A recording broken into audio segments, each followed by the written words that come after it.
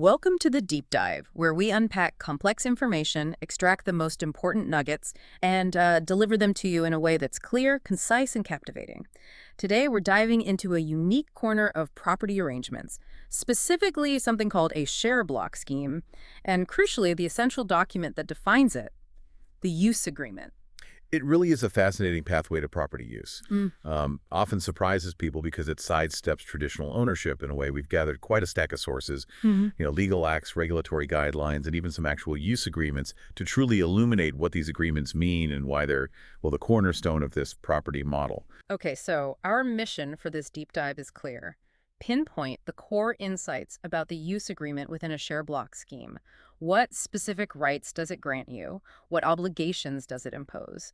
And maybe most importantly, what are the hidden complexities you need to understand if you're considering one?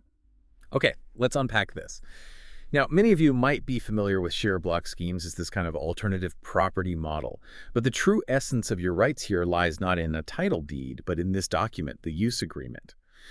Maybe for anyone who's new to this, how does a share block scheme fundamentally differ from, say, a sectional title, where you get that direct title deed registered at the deeds office? That's a key distinction, yeah, and a great place to start. In a share block scheme, you don't directly own a physical unit or a piece of land.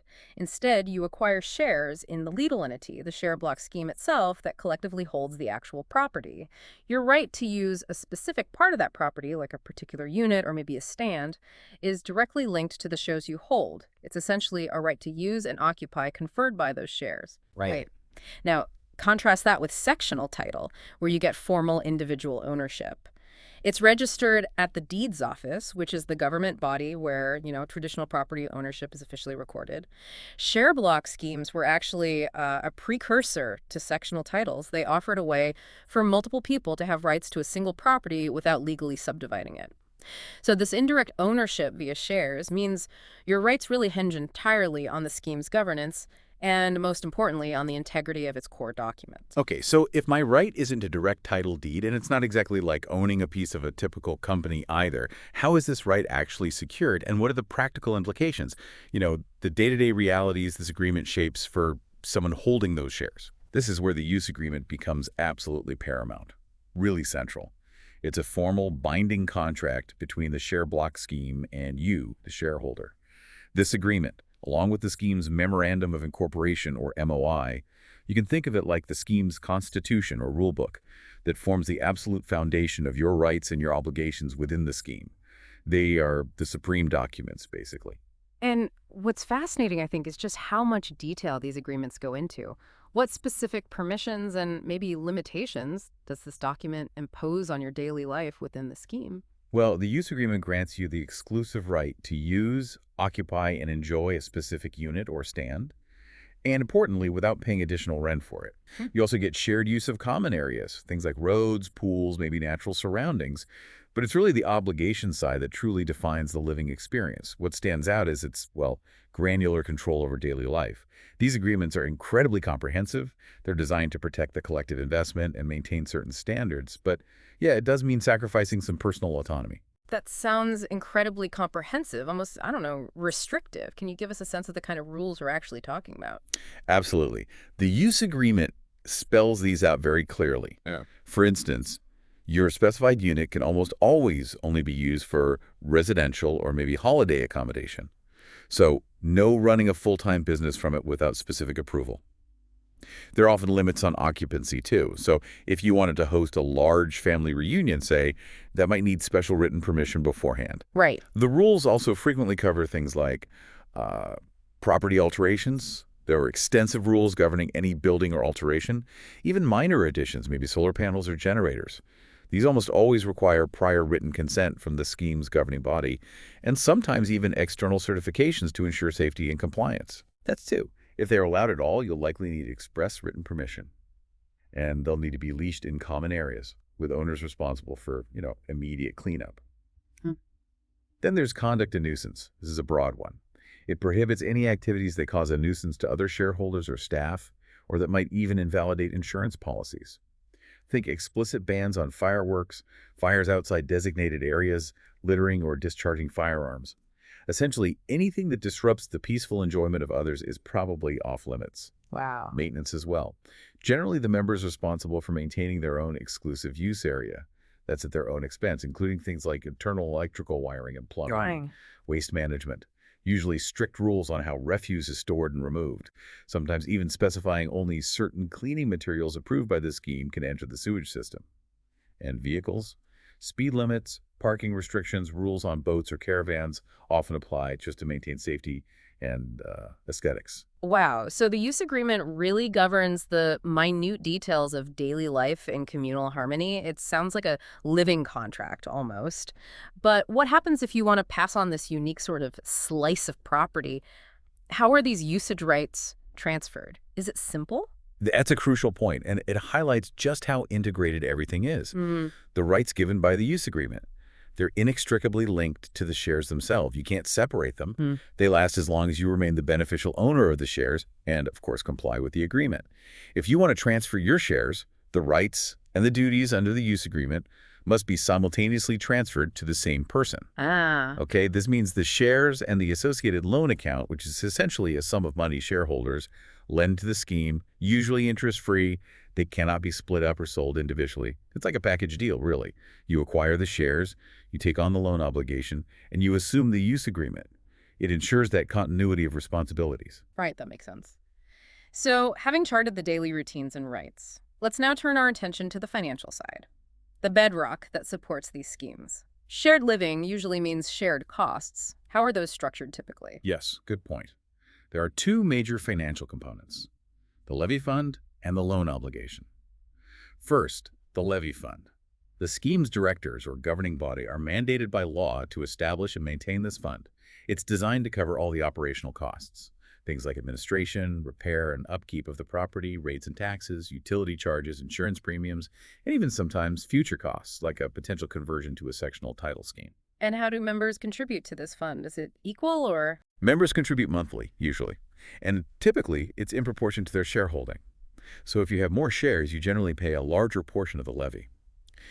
These contributions are held in separate bank accounts, specifically for these expenses.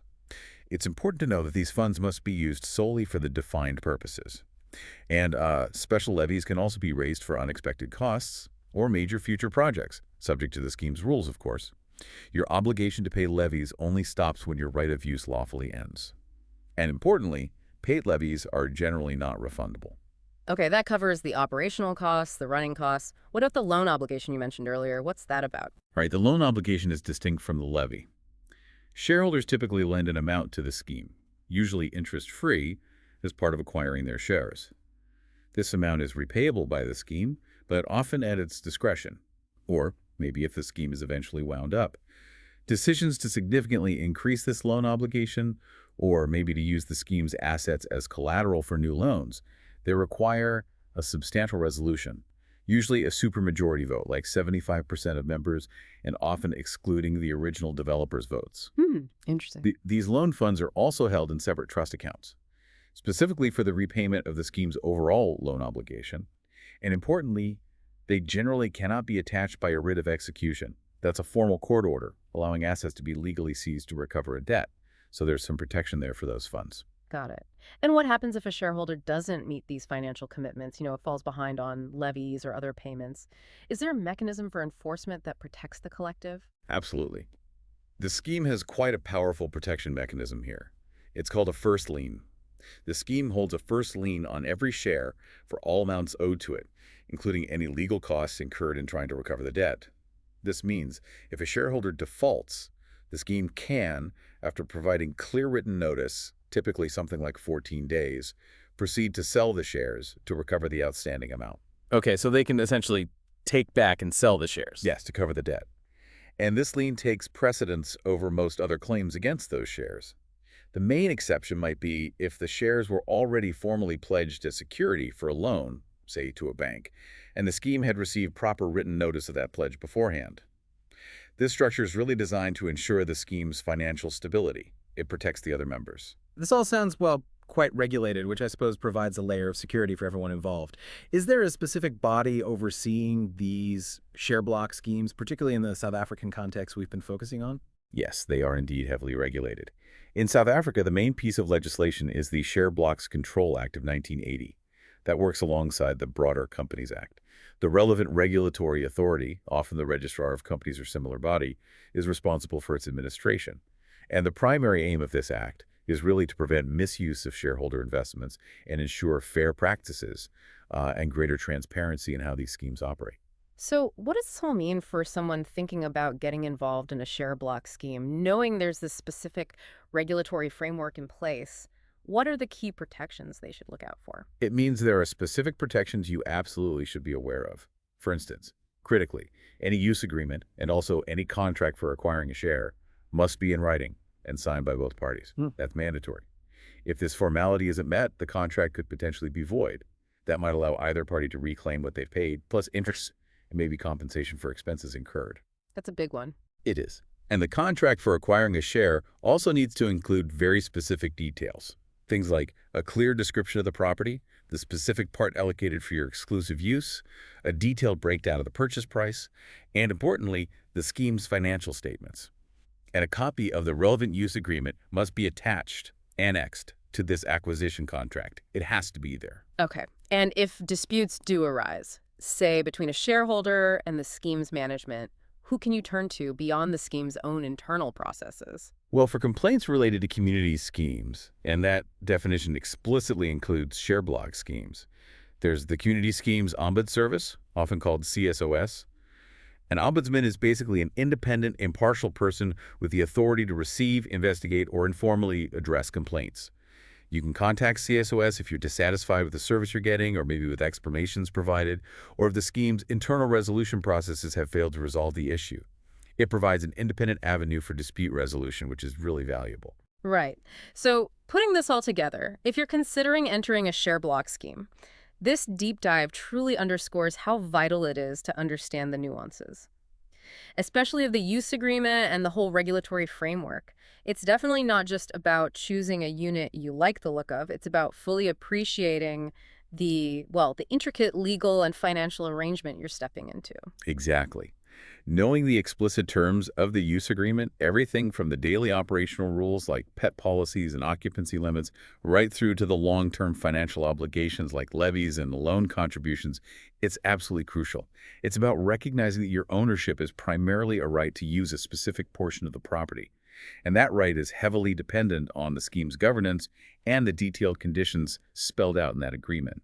This knowledge helped you appreciate both the potential benefits, like maybe access to a desirable location, and the specific responsibilities before you commit. And it really highlights how incredibly powerful these documents are in defining your entire experience within that particular scheme. Absolutely. This whole discussion reveals how the simple act of acquiring a share, which then confers property use, opens up this whole world of specific rights and obligations. It's quite distinct from traditional property ownership. It's really a testament, I think, to how legal frameworks adapt to create diverse forms of property interest and communal living arrangements. Indeed. The use agreement isn't just some formality you sign and forget. It really is the rulebook for how you engage with and enjoy your part of that larger community.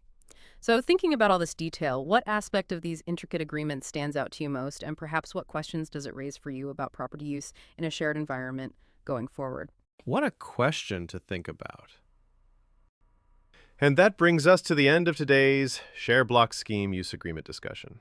We hope you found it informative and useful as you navigate the world of property investment and ownership. Remember, while we aim to provide clarity and insight, this content is for entertainment educational purposes only.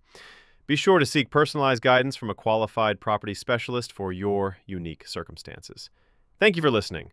If you enjoyed this episode, feel free to share it, and don't forget to leave your questions in the comments section. We're always ready to answer and explore new topics for future episodes. Until next time, stay informed and empowered.